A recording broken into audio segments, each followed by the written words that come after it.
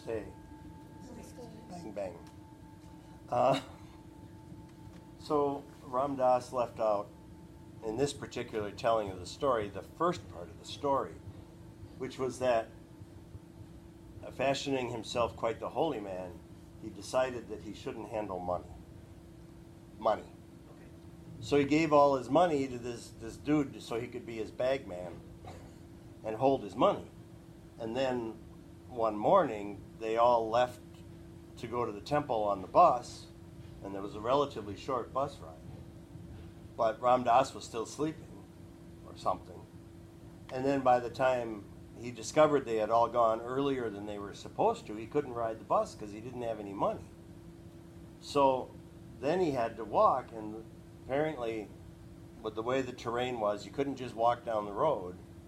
You had to walk on this path, basically up a hill and down a hill, and 8 miles. And so basically it was a 4-hour stroll to get to the temple, but it was his own fault. I mean, if he hadn't decided that he was going to follow this Hindu monastic precept of not handling money, he could have ridden the bus just like everybody else. So while he was mad at everybody else, I would suggest maybe that was a little bit of projection. And yet, what's really intriguing to me about this is that it comes down to two things, right? Love everybody and tell the truth. Which may just be one thing. May just be one thing instead of two. Maybe those two are the same. Maybe you love somebody by telling them the truth, which is different from bludgeoning them with the truth. And women in particular, I have to say, and I realize I'm massively outnumbered here, but when you ask us, does this dress make my ass look big? You put us in a no-win situation. And so it becomes an exercise in telling the truth without telling it. And one of the funniest things I ever saw was on the Today Show, which I don't normally watch, but for some reason I was, they had a zip line set up, and Al Roker climbed into this harness and was riding down the zip line and shouted down to Matt Lauer, pre-disgrace, "Does this harness make my butt look big, Matt?" And, you know, there are ways to finesse the truth and still tell it. And there are ways to bludgeon somebody with the truth that isn't really telling the truth anymore. It's intending to inflict harm. So I'm intrigued by this love everybody and tell the truth and its obvious parallel with the two great commandments. I would suggest if you love everybody, meaning not that you want to be friends, you're going to invite them to your birthday party. I was driving Uber last night, and 2 women were having a discussion about whether their children were at the age now where you don't invite the whole class to the birthday party and you just start sectioning it off. And I thought, God, that's way too much thought, right? But loving everybody doesn't mean everybody comes to the birthday party. But it does mean you want what's best for them. And I would suggest if you love people, you're loving God. There's not a distinction there. And the Sadducees, some of you have not heard this. Some of you have heard it so often you're sick of it. There were the Pharisees and the Sadducees. She's covering her ears. And the Pharisees didn't believe in the resurrection. I'm sorry, the Pharisees did believe in the resurrection and believe in life after death. And the Sadducees didn't, which is why they were sad, you see. Now you're ready for Jeopardy. I think I just went through double Jeopardy. You might. That's right. The daily double, ding, ding, ding. And that gospel, I don't like the word remain. I mean, I'm fine with the word remain. In that context, I don't think it's the right word, because it gives you this idea that if you do what Jesus wants, he won't kick you out. And a better translation, I think, is abide. Because abide has this sense, or dwell even. When you live in somebody's love or under the shelter of their love, it's not like you're afraid of getting kicked out. It's like you're staying at a really nice hotel. You might be staying at one of those $25 hotels down 27th Street, way down 27th Street. And, it would be okay. But if you had the chance to stay maybe at a Hilton, you would do your best not to say, throw a chair through the window like a rock star out onto the driveway below, or the parking lot below, because you would want to continue to abide in this nice room. And the reason you wouldn't throw the chair out isn't so much because they throw you out of the hotel, but because going through those actions would create a huge amount of stress. And probably getting to a mental state where you decided it was a good idea to throw a chair out the window would create a huge amount of stress by itself. And so this idea of abiding in love is more, I believe, a case of, it's comfortable here. If I don't spend my time hurting other people, I'm probably in the end much happier with myself. In fact, I'm much happier even before I start contemplating, well, should I hurt him or not? Because to be in that place is not to be in a comfortable place. And so I don't think this is a threat about being kicked out. I don't think it's like, do what I tell you or else. I think it's easily manipulated into being that. At breakfast this morning, you better be quiet if you want to jump on your trampoline when we get home from the booth next to us. And it's like, okay, Jesus is not threatening to take your trampoline away or your tambourine. What he's saying is, in effect, make sure your parents check out the trampoline before you jump on it. And to me, it changes everything. And to me, I think it's this living in love that transforms us from people who feel like they need to receive something, or they have some kind of a lack. Give me what I need, and then I'll be okay. And instead, we need to be in this place, I think, that says we're okay. We've always been okay. Now, that doesn't mean there isn't room for improvement. But if you understand non-dual thinking, it's possible to be perfect and getting better all the time. If we don't understand perfect like a perfectionist, and understand it instead to mean just the way things are supposed to be. Maybe that's the hardest application of faith. Can I trust that however things are right now is just how they're supposed to be right now? That doesn't mean things aren't ever going to change. It doesn't mean they're not going to get better. It doesn't even mean there's not room for it to get better. But right now, it's the way it's supposed to be. Which brings us back to this idea of love each other and tell the truth.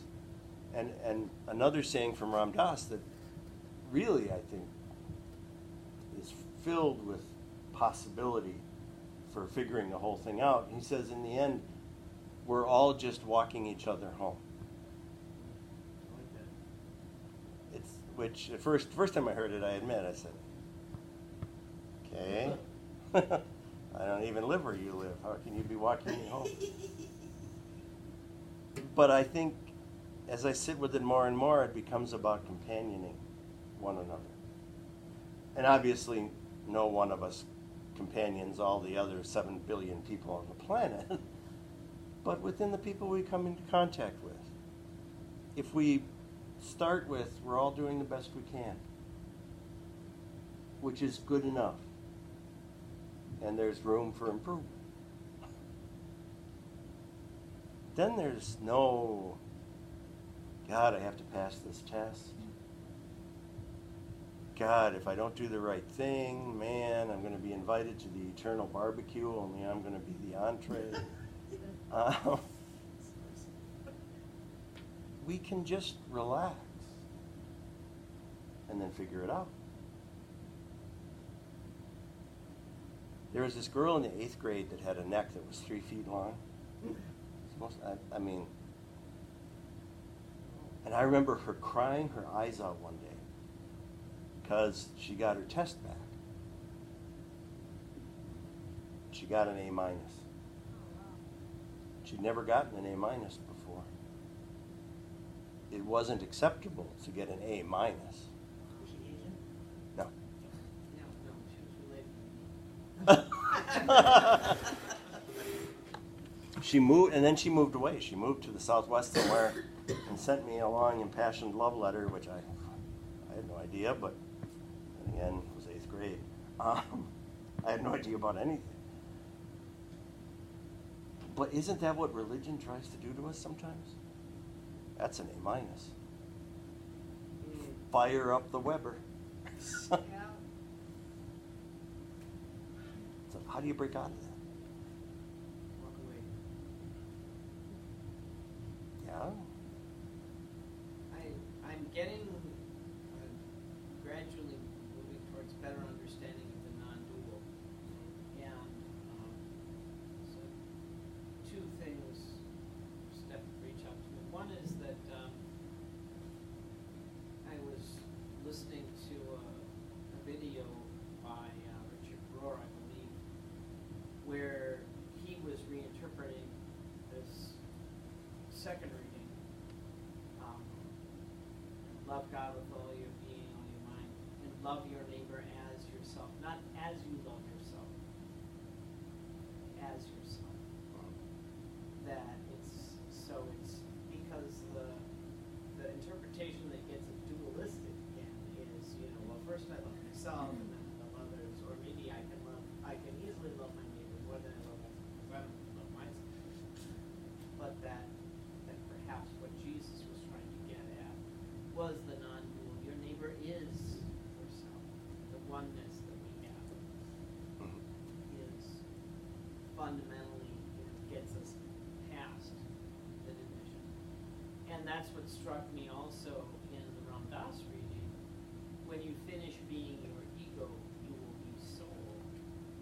So when I am no longer identified and attached to the stuff, there won't be anything that causes me to be hateful of others, and therefore I can tell the truth and be loving, because there won't be a contradiction. And nor will there be separation.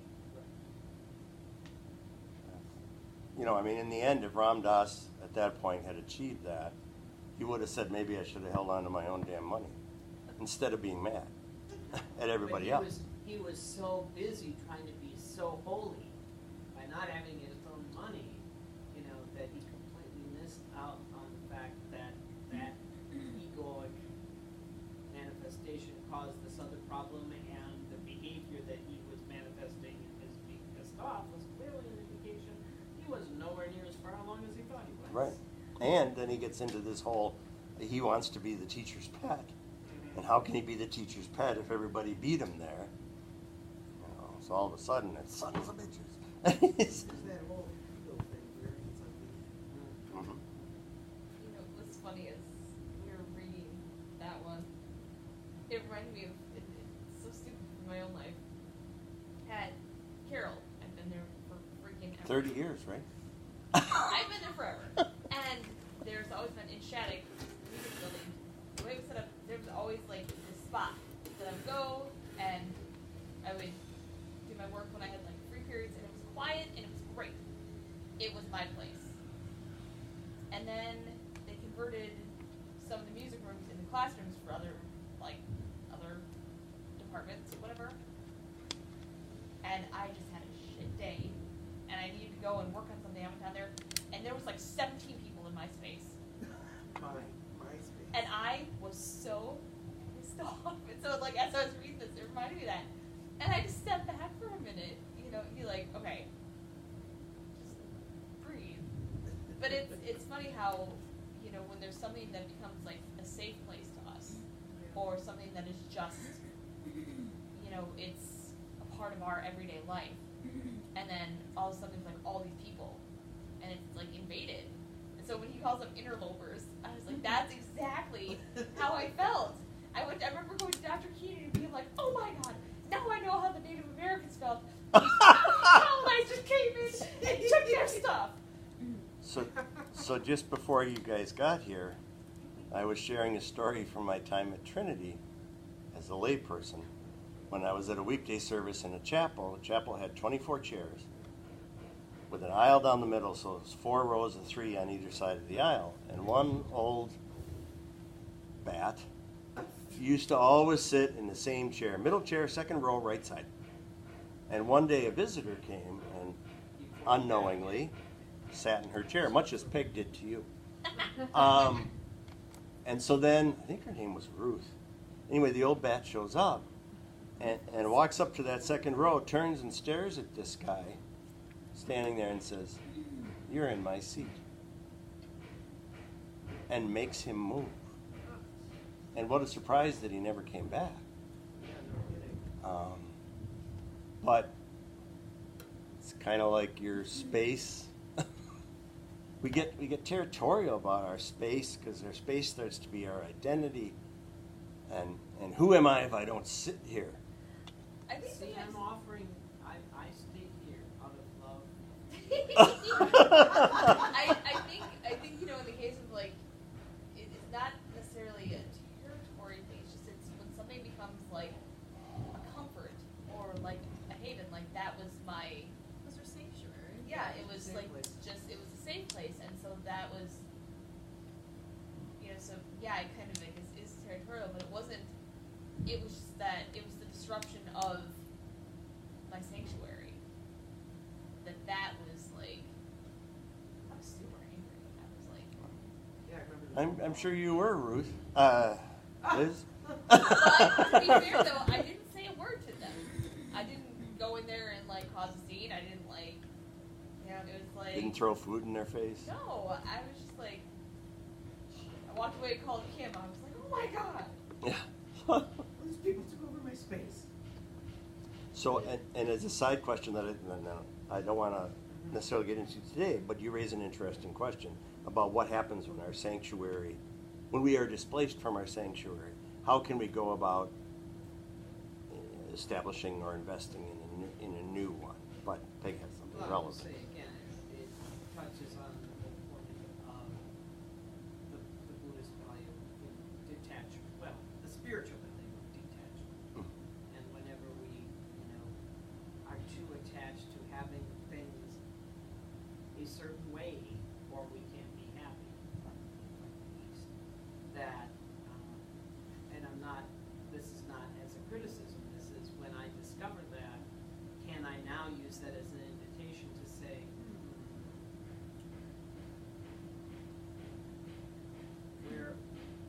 I'm attached to this, how can I be attached to the only source of sanctuary that really matters? And is portable. Yes. That doesn't work so well. I mean, I totally agree Right. with that. But it's like that part of it's like, yeah, but being a sanctuary within myself, or you know, having a sanctuary with, you know, higher power, doesn't help me when I've got to have space to do work. Well, yeah, and you know what seriously might help though, and one of the things that I do is, like, I love those little. You go to Barnes and Noble, they got those little mini Buddha kits, and mini Buddha kits, and it's got those little mini Buddhas like you have on your dashboard or had, and so you decide this is my sanctuary, but you bring something with you that's an icon or a token or a marker, and you put it in your sanctuary as you work, even if it's in a public space, and you take it away when you leave. And when you, if you do have to relocate, at least there's that one thing that's constant. Tracy has been studying her bulletin, looking up furtively. Well, your understanding of the Gospel of John is the best way to interpret it. One word can throw off. I will just scrap the whole kit and caboodle if one word pisses me off, I'll be like, and I don't see anything redeeming in there because you are my friends if you do what I command you. Yeah. Command, like, Right. get the fuck out of here. Don't ever Right. command me, which is hilarious because I'm essentially more gently, but, you know, commanding my child to poop in the toilet. That's not going well. I'm not trying again until he's 12. I digress. You're gonna let social pressure take care of that. Yeah, he is fine. He's do you. You know what? Do Honestly, you. Once he gets to, is he in daycare at all? Yeah, just 2 days a week for 3 hours. See, once if there's more of that social interaction, eventually, it is that peer pressure is gonna be like, okay, because kids are cruel, but kids are also great for some things because you know when kids are like, oh my god, you pooped your pants, it's gonna change real quick. When he's got that social pressure, He knows how to hold it until he gets to a special spot. Like yesterday, I had to actually put he was in such pain and he was terrified. I actually had to put a suppository, and I could not find his butthole because it was like deep inside of a wound of terror. That's bogus. It was really, really traumatizing for mom and kid alike. So he won't go there even if he has to, and he also won't pee there when he's with mom or grandma or whatever. He will pee when we ask him, but he doesn't want to do. He's like doesn't have a level of comfort or trust or whatever. He just wants to play, and so he'll be potty trained everywhere else, but at daycare. So it's like everything is turned on its head. Every rule and everything parents have told me, he is the direct opposite of them. And I'm like, okay, well that's what I'm working with. There is no path I can follow. I've got to tread off into the wilderness, and I'm taking a break for before I go on the next leg of the journey. Yeah, I did that too with my son. By the time he was 4, he was fine. Yeah. No, don't worry about it. Yeah, I'm gonna stop for now because I'm so tired. Right, it is. Yeah. Everybody goes at their own pace. You know? Yeah. Where we just say you have to be right here, right now. Right. how old is he? 12. 7.5. No, he's almost 3 years, 5 months, almost. And see, that is like I think you know that part of potty training is always a lot harder. I was reading your post. That part takes a little longer, especially for boys. Yeah. You have to hold on to that prize. Who am I to take it from? In my first book, I recounted my preferred method as a child to step into the closet with the sliding glass door, or it's not sliding glass door, sliding closet door, much like an elevator. That was the point where I had to stop reading your book because that gave me way too much information about you. And that is where I stopped reading your book. That's terrible because the best stuff was the best shit was after that. I didn't know that there was a book available. Oh yeah, there's probably copies here. I'll give you one. You get around to reading that. Actually, that story makes me glad that he doesn't do confession and confession. That's right. Oh, more than you know. Get me in a confined Oh, I gotta space. read this. Where is this book? What am I missing? Journey Toward Awakening. Yeah. I think there's a couple copies. Love everyone and tell the truth. Journey Towards Awakening. What else could you do? What's that? Did you say Journey what? Journey Toward Awakening. Okay. It's a good book. Thank It is you. interesting, Tracy, as I'm reading that through again, the Gospel of John, you really have to, you can read it with a lens of very conditional, you know, if you keep my commandments, Yeah, you will behave. be Yeah, my love. I don't like that If word, you but then I behave, think that's how it yeah. is. And I have said these things to you, so my joy may be you and your joy may be, this is my commandment, love each other as I have loved you. And you can choose me, I choose you as a result, you know, you'll be able to ask the Father, I'll give it to you, I give you these commandments so you can love each other. But I'm wondering if more the intent is sort of like, teacher, how can we be more like you? Is this paraphrased Well, Bible? This is. That's common English Bible. It's the one the Methodists like. I'm listening. You know, so that it's not I'm telling you and it's conditional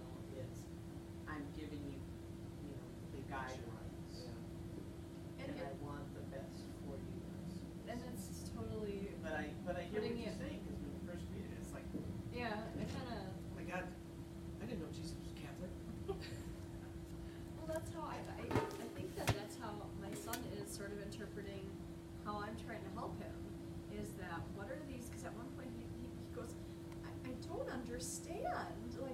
Why is this so important? And why, are you frustrated? And why are you crying? Because I'm holding on to my poop.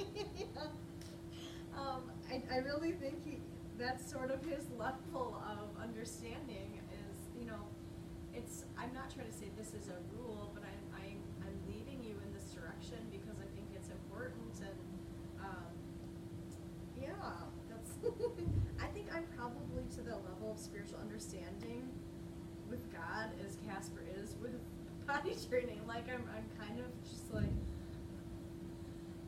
I know, like, ultimately you have my best interest in mind, but I don't want to do that thing that I think you're telling me I should yet, or I'm not ready for it yet. I think we're kind of at the same level. Well, and I think taking it to I think it's a good parallel, because I don't think any God worthy of the name would say, you must do this now because I tell you must do it now. Whether or not you're ready to do it now, whether or not doing it would be damaging to you or not, it is just time right now and you need to do it. What about Jonah? Sorry. I'm gonna shut up now. It was just, don't get right there. Well, Old Testament God was a douchebag. no, the Old Testament God was just fine. It was the Old Testament people who didn't understand the Old Testament God and thought he turned people into whale lookies. Jonah being like, I'm not ready to go. And God's like, oh, shit. It's the old one. Continue.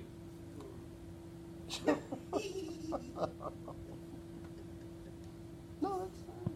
I'm cool. Oh, well, no, I was done. Just that, even assuming we're not talking about a life or death situation, even if we can convince somebody to do something before they're ready to do it, I don't think it transforms. And I'm not speaking so much of potty training as other things. You can, but there's other childhood stuff that's probably an interesting parallel. Taking the training wheels off the bike. If they're not ready to have the training wheels off, they're going to fall. I mean, they just are. And nothing you can do is going to prevent that until they're ready. And we do the same thing about kids making decisions about going to college. Parents tend to have pre-existing notions. It's like, well, if you don't go right away, you'll never go. And it's like, well, first of all, so... And second of all, that's not a universal truth. And if you send them before they're ready, they'll be back sooner than later. I mean, and that's okay. I think that's individual differences. I don't think it's a matter of like them being stubborn or disobedient or drinking too much maybe, but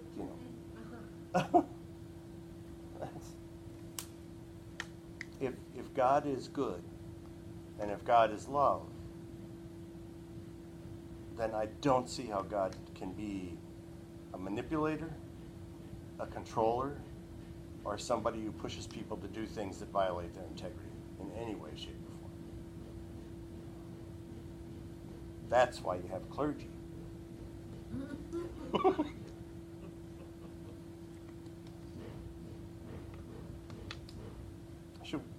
Should we pray then? If we're done talking? Seems like a plan.